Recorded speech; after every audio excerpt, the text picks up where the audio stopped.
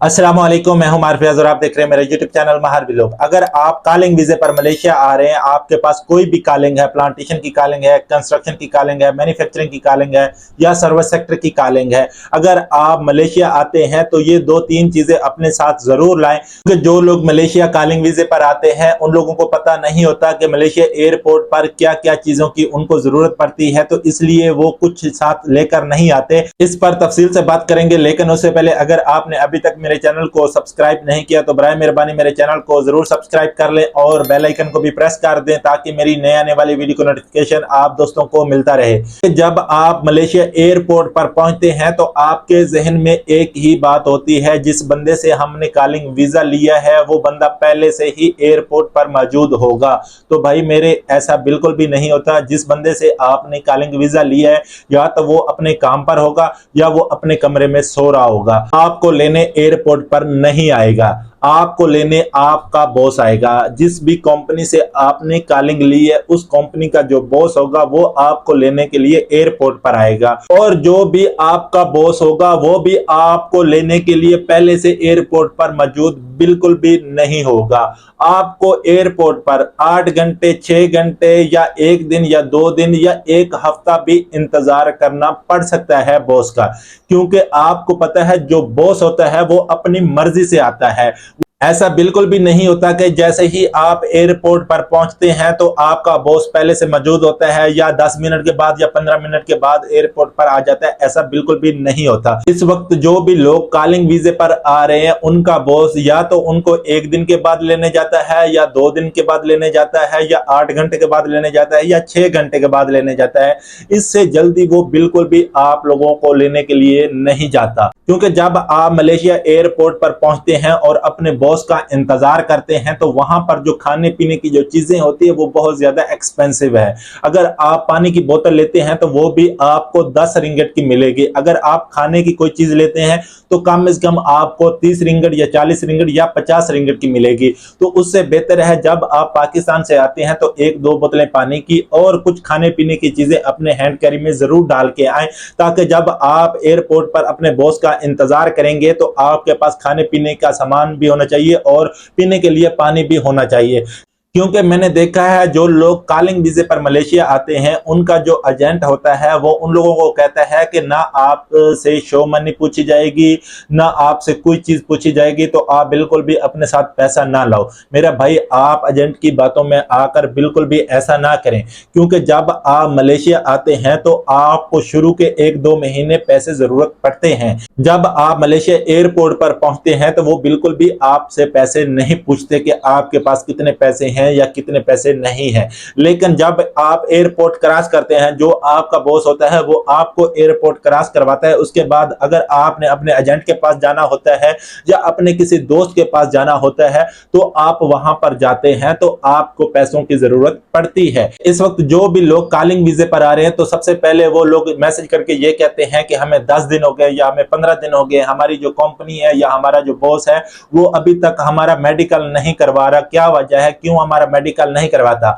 जब उनका मेडिकल हो जाता है तो वो दूसरे नंबर पर ये पूछते हैं कि मेडिकल करवाए हुए हमें 1 महीना हो गया या 20 दिन हो गए या 25 दिन हो गए हैं, और इमिग्रेशन की वेबसाइट पर जो हमारा स्टेटस शो हो रहा है वो भी चित्तक का हो रहा है, लेकिन हमारा एजेंट हमें पासपोर्ट नहीं दे रहा या हमारी कंपनी हमें पासपोर्ट नहीं दे रही कि वीजा लग गया या नहीं लग गया। 1 महीना हो गया या 1.5 महीना हो गया या 2 महीने हो गए हैं, हमारा पासपोर्ट अभी तक हमें नहीं मिला। जिस भी बंदे से हम काम का पूछते हैं तो वो कहता है आपके पास अगर वीजा है तो फलां जगह पर काम है, लेकिन हमारा एजेंट या हमारी कंपनी अभी तक हमें वीजा नहीं दे रही। और इस दौरान 2 महीने या 1 महीना आप जिसके घर में भी रहते हैं तो भाई मेरे, कोई भी आपको फ्री में नहीं खिलाता, कोई भी आपको फ्री में रूम नहीं देता। तो ये जो 1 महीना या 1.5 महीना आप अपने दोस्त के पास रहते हैं या अपने एजेंट के पास रहते हैं तो आप फ्री में बिल्कुल भी नहीं रहते, क्योंकि आपका एजेंट या आपका दोस्त आपसे रूम रेंट भी लेगा और आपसे खाने पीने के जो भी अखराजात आएंगे वो भी लेगा, क्योंकि वो भी यहाँ पर मजदूर है। उसने आपके खाने पीने के या रूम रेंट बिल्कुल भी पे नहीं करना होता, वो आपको खुद पे करना होता है। जब आप पाकिस्तान से आते हैं, चाहे कॉलिंग वीजे पर आ रहे हैं या किसी भी वीजे पर आ रहे हैं, तो अपने पास 1000 रिंगट या 1500 रिंगट जरूर लेकर आए।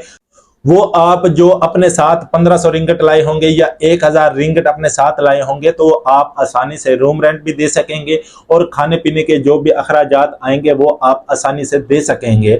क्योंकि ज्यादातर लोग यही कहते हैं कि हम तो कॉलिंग वीजे पर आ रहे हैं, हमारे एजेंट ने हमें कहा है कि आप बिल्कुल भी परेशान ना हो, अपने साथ पैसा बिल्कुल भी ना लेके आओ, जैसे ही आप मलेशिया में पहुंचोगे तो आपका वीजा लग जाएगा, 2 दिन के बाद आपको पासपोर्ट मिल जाएगा और आप काम पर लग जाओगे, खाने पीने के अखराजात होंगे वो निकलते रहेंगे साथ साथ। मेरा भाई ऐसा नहीं होता। अगर आप 1 महीना या 1.5 महीना रहते हैं घर में, उसके बाद आपको काम मिलता है तो जो सैलरी होती है आपकी वो 1 महीने के बाद या 1.5 महीने के बाद मिलती है। ऐसा नहीं होता कि आज आप काम पर गए तो अगले दिन आपको पैसे मिल जाएंगे, ऐसा नहीं होता। यहाँ पर जो सैलरी है या 10 तारीख को मिलती है या 15 तारीख को मिलती है या किसी जगह पर 20 तारीख को सैलरी मिलती है, यानी कि 1 महीना 10 दिन, 1 महीना 15 दिन या 1 महीना 20 दिन के बाद आपको सैलरी मिलती है। और दूसरे नंबर पर हम बात करते हैं विजिट वीजे वालों की। अगर आप काउंटर सेटिंग के जरिए मलेशिया आ रहे हैं या डन बेस पर मलेशिया आ रहे हैं, जैसे ही आप इमिग्रेशन का काउंटर क्रॉस करते हैं तो आपके पास जो शो मनी होती है उसको आप एक साइड पर लगा दें, क्योंकि जैसे ही आप एयरपोर्ट क्रॉस करने लगते हैं तो वहां पर कुछ लोग आपको रोक लेते हैं, आपसे पासपोर्ट चेक करते हैं, आपका वीजा चेक करते हैं और आपसे कहते हैं कि अपनी होटल बुकिंग चेक करवाओ। जैसे ही आप होटल बुकिंग चेक करवाते हैं तो साथ में वो आप लोगों से कहते हैं कि शो मनी चेक करवाओ कि आपके पास कितनी शो मनी है। जैसे ही आप लोग उनको शो मनी चेक करवाते हो तो फिर वो आपसे डिमांड करते हैं कि हमें 2000 रिंगट दो या हमें 1500 रिंगट दो या हमें 2500 रिंगट दो। तो इस तरह वो आप लोगों से 2000 2500 रिंगट ले लेते हैं। इसलिए जैसे ही आप इमिग्रेशन का काउंटर क्रॉस करते हैं तो आपके पास जो शो मनी होती है उसको आप एक साइड पर रख लें, यानी कि छुपा लें और अपने पॉकेट में जो पैसे रखने हैं वो 100 रिंगट या 200 रिंगट रखो, इससे ज्यादा पैसे आप बिल्कुल भी ना रखो। लेकिन इस वक्त लोगों की जो कंप्लेन आ रही है वो यही है कि जैसे ही हम एयरपोर्ट क्रॉस करने लगते हैं तो कुछ हजरात हमें रोक लेते हैं और हमसे पैसा ले लेते हैं। तो जैसे ही आप लोग इमिग्रेशन का काउंटर क्रॉस करते हैं और एयरपोर्ट से क्रॉस होने लगते हैं तो उससे पहले चारों तरफ एक बार नजर जरूर दौड़ा लिया करें।